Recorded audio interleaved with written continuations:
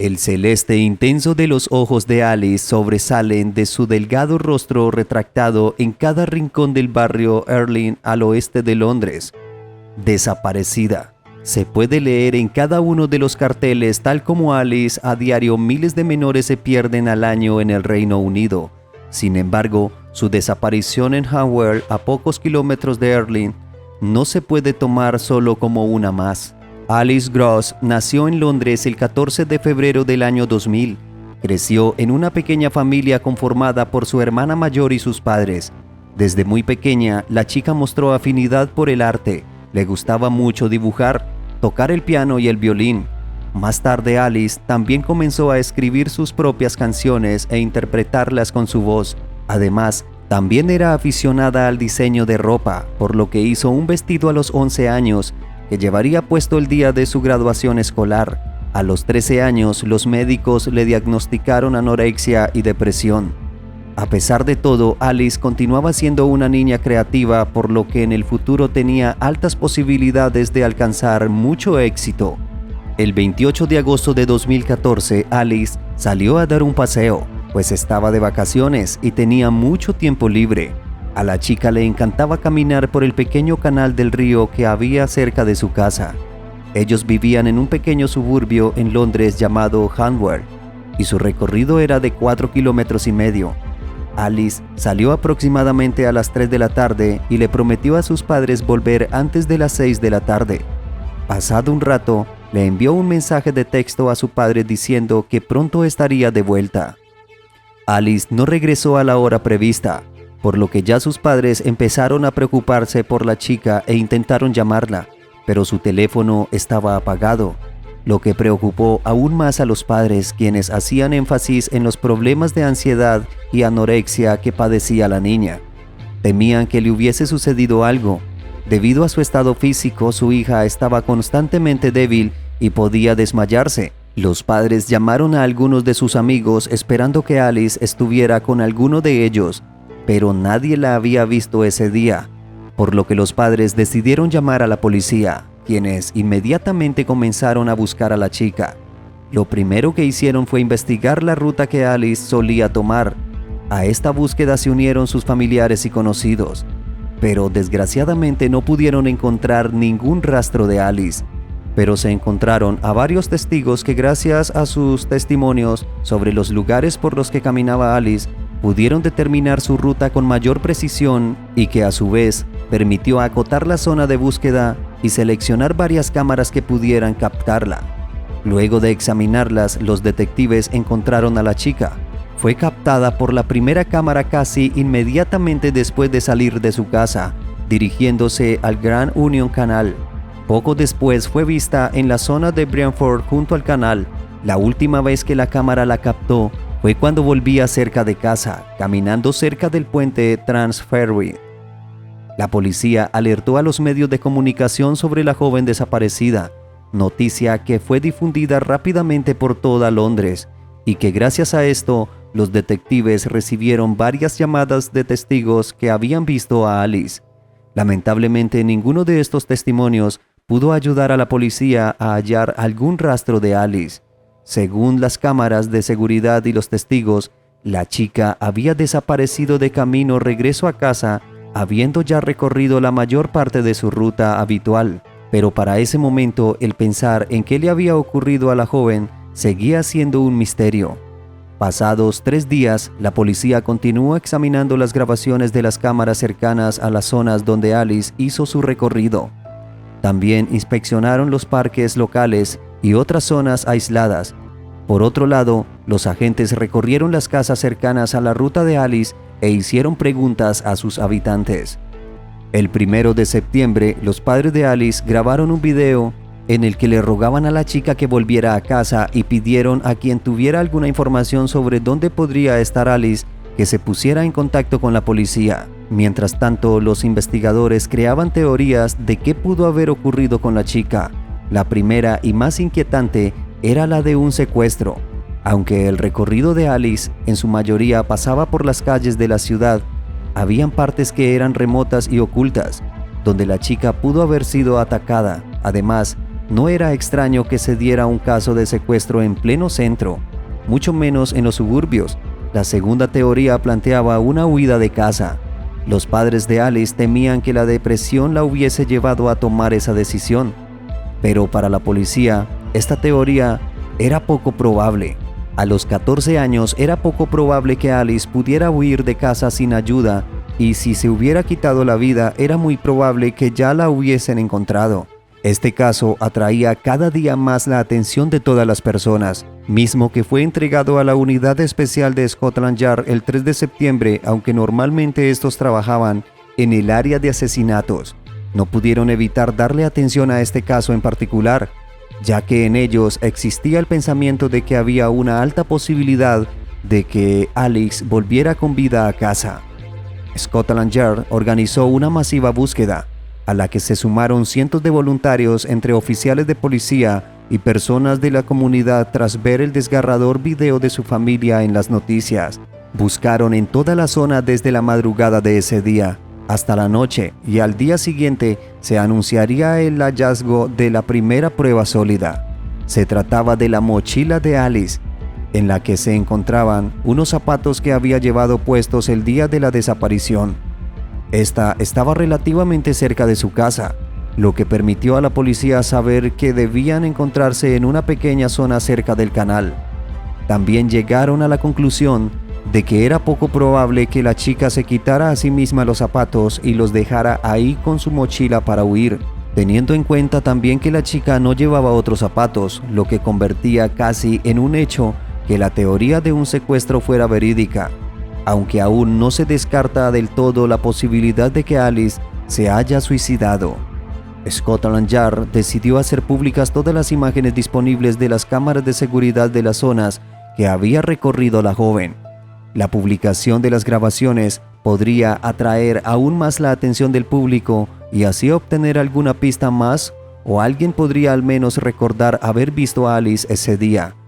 Con esto, lograron que cientos de personas más de diferentes organismos se unieran a la búsqueda, lo que convertía a esta investigación en la más grande en cuanto a número de policías desde 2005. Scotland Yard también ofreció una recompensa de 20,000 libras por cualquier información que les ayudara a encontrar alguna pista de la chica. También pidieron a la compañía de telefonía móvil detalles de su última ubicación conocida. Ahí descubrieron que Alice había enviado un mensaje de texto a su padre casi desde el mismo lugar donde se encontró la mochila de Alice. Por tanto, decidieron investigar a fondo una zona de varios kilómetros cuadrados. Cada metro de tierra y de agua se examinó a fondo. Con buzos especializados sondearon el fondo del río y del canal en busca de cualquier prueba. La policía en el transcurso de la investigación había detenido a 2 hombres, pero se negaron a dar detalles hasta aclarar toda la situación que se estaba dando con estos 2 hombres. Sin embargo, los hombres fueron puestos en libertad poco después, pues no habían logrado vincularlos con la desaparición de Alice. Pasó más de una semana y en ese tiempo no hubo avances en la investigación. No fue hasta el 16 de septiembre que la policía hizo otra declaración. Dijeron que buscaban a un hombre de unos 40 años llamado Arnis Salkans en relación a la desaparición de Alice, mismo que emigró a Inglaterra desde Letonia hacía 7 años y vivía en la zona como trabajador de la construcción. Scotland Yard se interesó en ese hombre por 2 razones.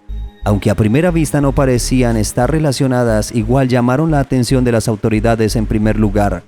Los compañeros de trabajo de Arnis reportaron la desaparición del hombre a la policía el 3 de septiembre, ya que este no se presentó a trabajar, no atendía el teléfono y parecía no estar en ningún lugar. Y en segundo lugar, los policías descubrieron que la ruta de Salkans al trabajo era más o menos la misma ruta que había tomado Alice el día que desapareció.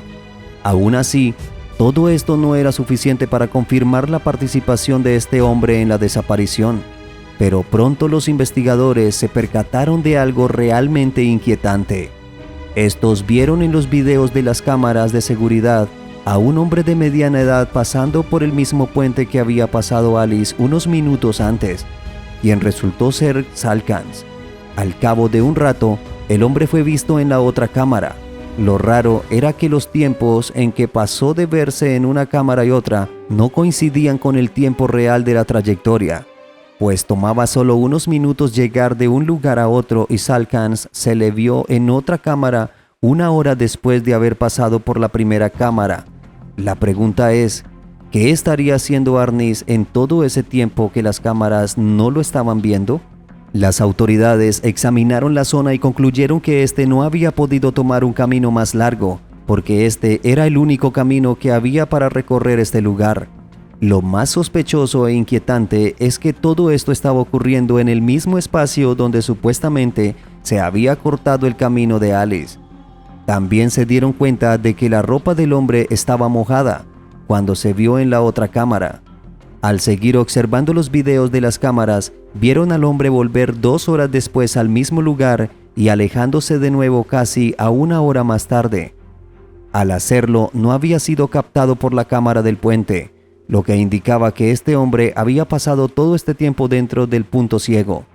Además de que llevaba ropa diferente, aproximadamente 1 hora después, fue captado en las cámaras de una tienda local comprando cervezas. Al día siguiente la situación fue la misma. Salkans volvió al mismo punto ciego de las cámaras, alrededor de las 7, y lo volvió a hacer por la tarde. Todo esto fue suficiente para conseguir una orden de cateo para su casa. El hombre vivía ahí con su novia y sus 2 hijas. Su compañero de piso tampoco tenía idea de dónde podía encontrarse Salkans. Cuando se enteró de que su amigo era sospechoso de un caso de secuestro, le dijo a las autoridades que no creía que Arnis podría hacer algo así, y lo describió como un padre atento y cariñoso. Tras esto, Scotland investigó a Arnis más a fondo y descubrieron que tenía antecedentes realmente macabros. Resulta que Salkans en el año 1998, mientras aún estaba en Letonia, asesinó a su esposa a sangre fría y de forma calculada. Cavó una tumba para ella en el bosque. Debido a esto, solo recibió 7 años de prisión. Tras cumplir su condena, se trasladó a Inglaterra, donde las fuerzas policiales locales ni siquiera conocían los antecedentes penales de su país de origen. Volviendo a la casa de Salkans, los detectives continúan registrando la propiedad, donde encontraron una parte recién excavada en su patio. No se reveló si habían encontrado algo allí, pero sí les esperaba un hallazgo dentro del sótano de la casa. Se trataba del panel trasero roto de un iPhone 4S blanco, mismo que había pertenecido a Alice. También examinaron su computadora, donde encontraron que el hombre había estado buscando información previamente acerca de la desaparición de la chica. Por esta razón, Arnis Salkans fue incluido en la lista de buscados por la policía, pues estos temían que éste hubiera huido a Letonia o a cualquier otro país, por lo que se buscó por toda la Unión Europea con la ayuda de la Interpol, que también prestó su colaboración en este caso, pero fueron incapaces de encontrar un rastro del sospechoso. Después de un mes de la desaparición de Alice Gross, la policía emitió un comunicado deprimente. Se encontró un cuerpo humano sumergido en un río cercano a la desaparición de Alice. Aún sin identificar el cadáver, la policía compartió un hecho espeluznante. El autor había hecho todo lo posible para que el cuerpo se mantuviera sumergido en el río, pues envolvió el cuerpo de Alice en bolsas de construcción atadas a un gran tronco. Además, había construido una estructura con una rueda de bicicleta y ladrillos, lo que impedía que el cuerpo saliera a la superficie. No fue hasta el día siguiente del hallazgo que la policía confirmó que el cuerpo que se había hallado pertenecía a Alice. Los detectives hicieron una revisión en el lugar de trabajo de Salkans y descubrieron que las mismas bolsas utilizadas para ocultar el cadáver fueron utilizadas en la obra donde trabajaba Salkans. La búsqueda sin éxito de Salkans continuaba y no fue hasta el 4 de octubre donde los detectives descubrieron algo inesperado, pues el cuerpo del hombre fue hallado suspendido en un parque a solo 1 kilómetro de donde Alice fue asesinada. Este giro de acontecimientos nadie se lo había esperado, ya que se creía que el sospechoso había huido y este había estado todo el tiempo delante de sus narices. Los médicos forenses concluyeron que se había quitado la vida El día de su desaparición, el 3 de septiembre, Alkans había elegido un lugar completamente remoto, donde era muy difícil localizarlo. Es por ello que su cuerpo fue hallado un mes después de su muerte. Con el ADN de Salkans, los investigadores tenían aún más pruebas, junto a una colilla de cigarrillo que fue hallada cerca del cuerpo de Alice, la cual examinaron y efectivamente el ADN pertenecía al hombre. También se encontró su ADN en la mochila y zapatos de la chica. Otro hecho espeluznante que descubrieron fue que 2 años después de llegar a Inglaterra, Arnie había abusado de una chica de 14 años, por lo cual fue detenido, pero la chica no presentó una denuncia formal, por lo que el hombre fue dejado nuevamente en libertad. Lo que es extraño es porque este hecho salió a la luz tras el hallazgo del cadáver del autor en el parque.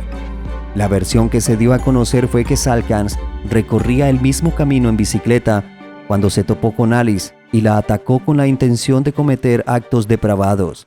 A partir de ahí nunca sabremos cómo se desarrollaron los hechos, pero sí que el desenlace fue fatal. Salkans mató a Alice y escondió su cuerpo de manera que no saliera a la superficie y volvió repetidas veces al lugar. Tampoco sabremos nunca el porqué de su decisión de quitarse la vida después de asesinar a la chica. Los padres de Alice se sintieron indignados por la actuación del gobierno respecto a dejar entrar a alguien con antecedentes penales cuestionables al país y conviviera con ellos. Un mes después de los acontecimientos, el médico forense encargado había dejado una carpeta con los papeles del caso en el tren, misma que contenía información crucial y detalles no revelados del caso. La opinión pública criticó duramente a la policía por esto. Tampoco se juzgó nunca al fallecido autor, alegando que de estar vivo, las pruebas serían suficientes para llevarlo a juicio, pero sin garantía de condena, ya que todas las pruebas en contra de Salkans eran circunstanciales. Sin embargo, un tribunal admitió lo que era evidente: la muerte de Alice no fue un accidente. El funeral de Alice tuvo lugar el 23 de octubre, donde miles de personas asistieron debido a la repercusión que tuvo este acontecimiento. Podríamos llamarle justicia divina, pero lo cierto es que de una u otra manera, la muerte de Alice jamás quedó olvidada y el asesino pagó con su conciencia sus actos. Déjame saber en tus comentarios tu opinión acerca de este video, y si te ha gustado dale like y suscríbete. Todas las semanas estaré subiendo contenido como este.